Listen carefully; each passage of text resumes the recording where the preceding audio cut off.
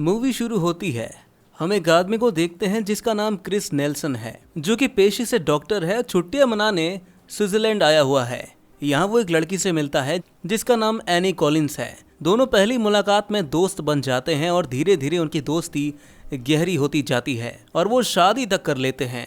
शादी के कई सालों बाद हम देखते हैं कि उनके पास एक खुशहाल परिवार है जिनमें उनके 2 बच्चे हैं। उनके बेटे का नाम लैन और बेटी का नाम मैरी है। तभी मैरी अपनी मॉम से कहती है कि स्कूल से छुट्टी होने के बाद अब हमें लेने आइएगा। तो वो कहती है कि आज मेरी एक इम्पोर्टेंट मीटिंग है, इसलिए मैं आपको लेने नहीं आ सकती, पर मैं किसी और को भेज दूंगी। इसके बाद उनके दोनों बच्चे स्कूल के लिए चले जाते हैं।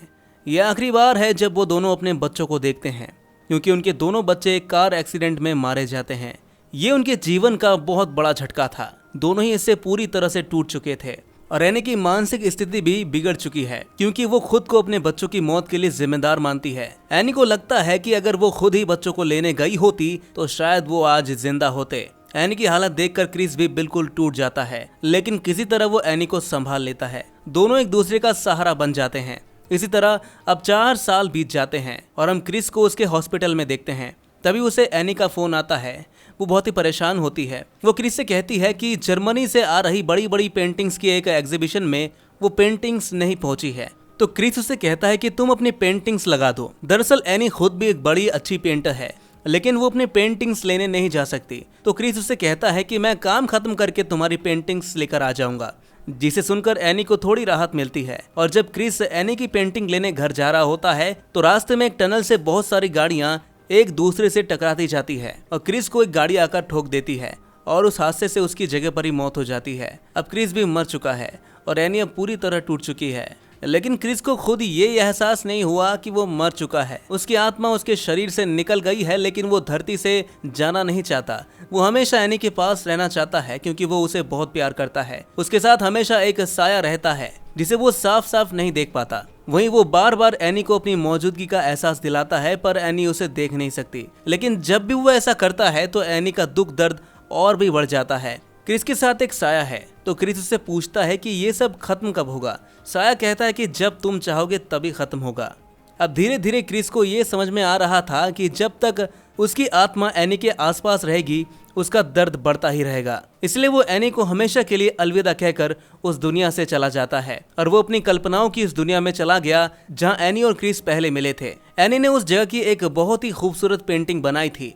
अब क्रिस उसी पेंटिंग के अंदर है। ये उनके सपनों की जगह है जहां वो और एनी अपनी पूरी जिंदगी बिताना चाहते थे। यहाँ आकर क्रिस बहुत ही खुश होता है और इधर असल दुनिया में एनी पूरी तरह से टूट चुकी थी और वो उस पेंटिंग के साथ एक और पेंटिंग्स बनाती है, जिस पेंटिंग के अंदर इस वक्त क्रिस है। ये एक पेड़ की बहुत ही खूबसूरत सी पेंटिंग है और क्रिस भी उस दुनिया में उस पेड़ को देख सकता था। क्रिस के साथ जो साया है उसका नाम है एल्बर्ट। वो बहुत ही खुश होकर कहता है कि आज से पहले मैंने कभी ऐसा नहीं देखा। ये तभी होता है जब आपका कोई सोलमेट हो। मतलब एनी की पेंटिंग के जरिए वो दोनों अभी भी कहीं ना कहीं जुड़े हुए हैं, लेकिन एनी को ये नहीं पता है। एनी ने जो पेंटिंग्स बनाई थी वो उस पर लिक्विड डाल देती है, जिसकी वजह से क्रिस की दुनिया में वो पेड़ पिघलने लगता है, जिससे क्रिस को बहुत ही दुख होता है।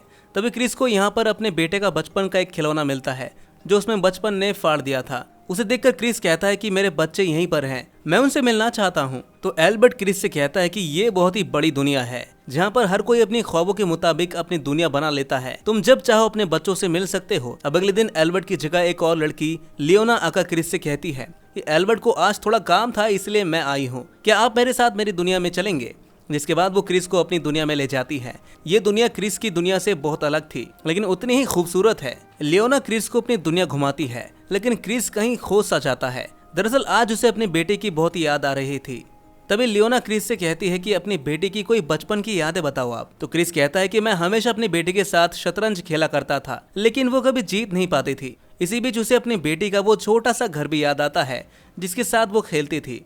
और जब क्रिस चारों ओर देखता है तो उसे लगा कि ये दुनिया तो बिल्कुल वैसी ही है। तभी लियोना कहती है कि मैं बचपन में अपने डैड के साथ सिंगापुर जा रही थी। तभी एक एयर होस्टेस को देखकर मेरे डैड मुस्कुराए थे और कह रहे थे कि एशियन लड़कियां बहुत ही प्यारी, खूबसूरत और होशियार होती हैं। और तो और उस लड़की का नाम भी लियोना था। शायद मेरे डैड ने मजाक में ऐसा कहा था, लेकिन उस दिन से मैंने सोचा था कि मैं बड़ी होकर वैसे ही बनूंगी।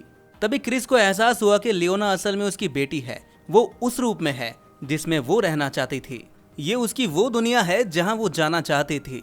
जैसे क्रिस अपनी पेंटिंग्स की दुनिया में रहना चाहता था, उसी तरह उसकी बेटी अपनी दुनिया में है जो स्वर्ग जैसा है। अब उसे अपनी असली बेटी दिखाई देने लगती है और क्रिस उसे गले लगा लेता है, जिसके बाद क्रिस अपनी दुनिया में वापस आ जाता है और कुछ देर में एल्बर्ट फिर से उससे मिलने आता है। तो क्रिस उससे पूछता है कि तुम कहाँ गए थे। एल्बर्ट कहता है कि एक जरूरी काम था, अब हमें हिम्मत से काम करना होगा। फिर वो क्रिस को बताता है कि तुम्हारी वाइफ ने सुसाइड कर लिया है, जिसे सुनते ही क्रिस को बहुत ही दुख होता है, लेकिन साथ ही साथ उसे थोड़ी सी राहत भी मिलती है क्योंकि उसे पता है कि उसकी वाइफ बहुत दर्द में थी। वो कहता है कि उसका सारा दर्द दूर हो गया है। मैं अपनी वाइफ को कब देख सकता हूँ? एल्बर्ट कहता है कि शायद कभी नहीं। क्रिस पूछता है कि इसका मतलब क्या है? एल्बर्ट कहता है कि आपकी वाइफ ने सुसाइड किया है और सुसाइड करने वाले लोग दूसरी दुनिया में जाते हैं। जिसे सुनकर क्रिस को समझ में आ जाता है कि उसकी वाइफ एनी को स्वर्ग में नहीं बल्कि नर्क में जगह मिली है, जिससे उसे बहुत ही दुख होता है। फिर वो एल्बर्ट से पूछता है कि तुम उसे किस बात की सजा दे रहे हो? असल दुनिया में उसने बहुत दुख झेला है। तो एल्बर्ट कहता है कि यहाँ पर कोई जज नहीं बैठा है, चीजें अपने आप होती हैं यहाँ पर। फिर क्रिस कहता है कि मैं इन तरीकों को नहीं मानता, मैं अपनी वाइफ को किसी भी कीमत पर वापस लाऊंगा। एल्बर्ट कहता है कि उस दुनिया से अभी तक कोई वापस नहीं आया, सुसाइड करने वाले एक भवंडर में फंस जाते हैं। क्रिस कहता है कि मैं हार नहीं मानूंगा, मैं अपनी वाइफ को वापस लाकर ही रहूंगा। एल्बर्ट कहता है कि तुम्हें एक मौका मिलना चाहिए, हमें एक गाइड ढूंढना होगा जो हमें उस दुनिया तक ले जाए। इसके बाद एल्बर्ट क्रिस को एक लाइब्रेरी में ले जाता है जहाँ उन्हें एक बूढ़ा आदमी मिलता है।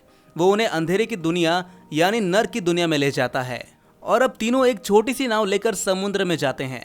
वहाँ पर बहुत तूफान चल रहा होता है। जब वो समुद्र के बीचों बीच होते हैं तभी बहुत सारी आत्माएं उनकी नाव के चारों ओर भटकने लगते हैं और उनकी नाव डुबा देते हैं, जिसके थोड़ी देर बाद तीनों एक किनारे पर पहुंच जाते हैं। और फिर जब वो ऊपर आए तो उन्होंने देखा कि समुद्र में बहुत सारे डूबे हुए जहाज हैं। फिर क्रिस अपनी गाइड से पूछता है कि ये कौन सी जगह है। वो बताते हैं कि ये जहन्नुम है यानी नर्क का दरवाजा। लेकिन अब धीरे धीरे क्रिस को एनी के सिग्नल्स मिलने बंद हो जाते हैं। दरअसल एनी के सिग्नल क्रिस के दिमाग में उसकी यादों से जुड़े होते हैं और अब वो अपनी वाइफ के बारे में नहीं बल्कि अपने बेटे लैन के बारे में सोच रहा था। उसे याद आता है कि कैसे वो बचपन में अपने बेटे से कहता था कि वो पढ़ाई में बहुत ही अच्छा कर सकता है, जबकि लैन पढ़ाई में इतना अच्छा था ही नहीं। लेकिन लैन हमेशा अपने डैड की उम्मीदों पर खरा उतरना चाहता था। तभी यहाँ अंधेरी दुनिया में क्रिस को एहसास होता है कि उसके साथ जो एल्बर्ट है वो कोई और नहीं बल्कि उसी का बेटा लैन है। दरअसल क्रिस हमेशा चाहता था कि जब उसका बेटा बड़ा हो तो वो सबकी मदद करे और एक अच्छा इंसान बने, और वो चाहता था कि अगर कभी मुश्किल समय आए तो वो हमेशा अपने बेटे के साथ हो, और इसीलिए इस मुश्किल समय में उसका बेटा उसके साथ है। उसका बेटा कहता है कि क्या आपको पता है कि मैं एल्बर्ट के रूप में क्यों आया हूँ? क्योंकि आपकी जिंदगी में आप हमेशा उनकी बात मानते थे। दरअसल जब क्रिस जवान था तब उसने एक डॉक्टर के अंडर काम किया था जिसका नाम था एल्बर्ट। वो उसके गुरु थे और क्रिस उन्हें अपने डैड की तरह मानते थे। इसलिए क्रिस के बेटे लैन की आत्मा क्रिस से एल्बर्ट के रूप में मिली थी। अब ये तीनों आगे बढ़ते हैं, तभी उनका गाइड कहता है कि अब एल्बर्ट हमारे साथ नहीं आ सकता। तुमने अपने बेटे को पहचान लिया है, अगर वो हमारे साथ रहेगा तो तुम अपनी वाइफ की यादों से जुड़ नहीं पाओगे और हम कभी भी नहीं जान पाएंगे कि तुम्हारी वाइफ कहाँ है। इसलिए क्रिस के बेटे एल्बर्ट को यानी लैन को वहीं रुकना पड़ता है और क्रिस उस बूढ़े आदमी के साथ आगे बढ़ने लगता है। वैसे क्रिस भी बूढ़ा ही है। जब ये दोनों आगे जाते हैं तो क्रिस वहाँ हजारों सिर देखता है जिनके धड़ जमीन में धंसे हुए हैं। उन्हीं सिरों में से एक सिर था एनी का, और जब वो उसकी तरफ भागने लगता है तो वो पूरी जगह धंसने लगती है और क्रिस और कई सारी आत्माएं ऊंचाई से नीचे गिरने लगती है। अब क्रिस के दिमाग में एक बार फिर से अपनी वाइफ एनी की यादें ताजा होने लगती है। वो यादें उसे एनी की तरफ खींचती हैं। अब क्रिस और उसका गाइड एक ऐसी जगह पर पहुंच जाते हैं जो पूरी तरह से खंडर है। लेकिन क्रिस जब उस जगह को ध्यान से देखता है तो उसे लगा कि ये उसका सपनों का घर है। तभी उसका गाइड कहता है कि तुम इस भ्रम में मत फंसना, ये सब एनी की यादों से बना हुआ भ्रम है। इसलिए जब भी तुम एनी से मिलो तो 3 मिनट से ज्यादा वहां पर मत रुकना। अगर तुम ज्यादा देर तक रुके तो तुम सब कुछ भूल जाओगे और यहाँ की जिंदगी तुम्हारे लिए असली जिंदगी बन जाएगी। यहाँ क्रिस को एक और बात का एहसास होता है कि जो गाइड उसके साथ है वो कोई और नहीं बल्कि एल्बर्ट ही है, वही डॉक्टर जिसके अंडर उसने कभी काम किया था, जिसे वो अपना डैड मानता था। तभी एल्बर्ट भी स्वीकार करता है कि मैं ही एल्बर्ट हूँ। वो क्रिस से कहता है कि क्या तुम जानते हो कि हमने और बच्चों ने अलग अलग रूप क्यों धारण किए हैं? क्योंकि अगर हम असली रूप में मिलते तो हमारे रिश्ते वैसे ही होते जैसे पहले थे, तो हमें एक दूसरे को समझने में फिर से मुश्किलें पैदा होती। फिर एल्बर्ट क्रिस से कहता है कि तुम्हें अपनी वाइफ से मिलकर जल्दी वापस आना होगा, तुम्हारे बच्चे तुम्हें मिल चुके हैं, ये एक अलग दुनिया है, इसलिए हमें जल्दी से यहाँ से निकलना होगा। फिर क्रिस उस घर के अंदर जाता है जो उसके और एनी के सपनों का घर हुआ करता था, लेकिन अब वो जगह पूरी तरह से खंडर बन चुका था और बहुत ही डरावना था। वो अंदर जाकर देखता है कि एनी बैठी हुई है, लेकिन उसे कुछ भी याद नहीं है। उसे ये भी याद नहीं है कि क्रिस कौन है और ना ही उसे ये पता है कि वो मर चुकी है। दरअसल वो समय के भवंडर में फंस चुकी थी और क्रिस उसे बार बार याद दिलाने की कोशिश करता है कि वो कौन है और उसका अतीत क्या था, लेकिन एनी को कुछ याद ही नहीं आता। यहाँ वो पेंटिंग्स भी है जिस पेंटिंग की दुनिया में क्रिस रहता है। क्रिस एनी को सब कुछ याद दिलाने की कई कोशिशें करता है, लेकिन एनी को कुछ भी याद नहीं आ रहा था और ना ही वो यहाँ से जाना चाहती थी। एनी को सिर्फ इतना याद है कि उसके बच्चे और उसके हस्बैंड की मौत हो चुकी है और वो कभी भी वापस नहीं आने वाले। थक हार कर क्रिस वापस बाहर आता है जहाँ एल्बर्ट है। क्रिस एल्बर्ट से कहता है कि आप सही थे, उसे कुछ भी याद नहीं है। फिर एल्बर्ट क्रिस से कहता है कि ये सफर शुरू से ही तुम्हारे लिए है, उसके लिए नहीं। वो कभी भी यहाँ से नहीं लौट पाएगी। तभी क्रिस कहता है कि मैं हार मानता हूँ, लेकिन उस तरह से नहीं जिस तरह से आप चाहते हैं। मैं वापस अपने वाइफ के पास जा रहा हूँ। मेरे बच्चों से कहिएगा कि मैं उनसे प्यार करता हूँ, लेकिन मैं अपनी वाइफ को और अपने बच्चों की मॉम को नहीं छोड़ सकता। वो वापस उस घर में चला जाता है जहाँ पर एनी है। वो एनी से कहता है कि अच्छे लोग नर्क में जाते हैं क्योंकि वो अपने आप को माफ नहीं कर पाते और मैं भी कभी भी अपने आप को माफ नहीं कर सकता, लेकिन मैं तुम्हें माफ करता हूँ। तो एनी कहती है कि मैंने अपने बच्चों की जान ले ली, मैंने अपने हस्बैंड की जान ले ली। दरअसल एनी अपने हस्बैंड और बच्चों की मौत के लिए खुद को जिम्मेदार मानती है। उसे लगता है कि अगर वो खुद गाड़ी चलाकर बच्चों को स्कूल छोड़ती तो शायद वो जिंदा होते, और अगर मैंने अपने हस्बैंड को अपनी पेंटिंग्स दिखाने के लिए एग्जीबिशन में ना जाने के लिए कहा होता तो शायद वो भी आज जिंदा होता। तो क्रिस एनी से कहता है कि तुम बहुत खूबसूरत इंसान हो जिसने अपने हस्बैंड और बच्चों के साथ रहने के लिए अपनी जान दे दी और जन्नत की जगह जहन्नुम को चुना। मुझे माफ कर दो, मैंने तुम्हें अकेला छोड़ दिया, लेकिन तुम कभी हार मत मानना। अब क्रिस की यादें धीरे धीरे गायब होने लगती हैं और ये दुनिया उसके लिए हकीकत बनती जा रही थी। लेकिन इससे पहले कि वो पूरी तरह से इस दुनिया में ढल जाते, एनी को याद आ जाता है कि ये उसका हस्बैंड क्रिस है और वो उसे किसी भी कीमत पर बचाना चाहती है।